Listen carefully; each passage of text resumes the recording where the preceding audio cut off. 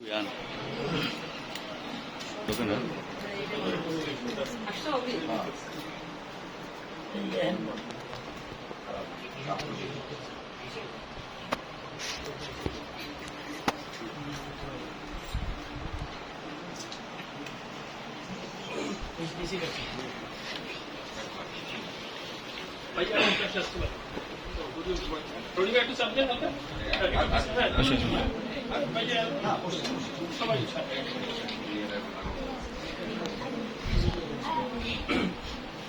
আসসালামু আলাইকুম ওয়া রাহমাতুল্লাহ।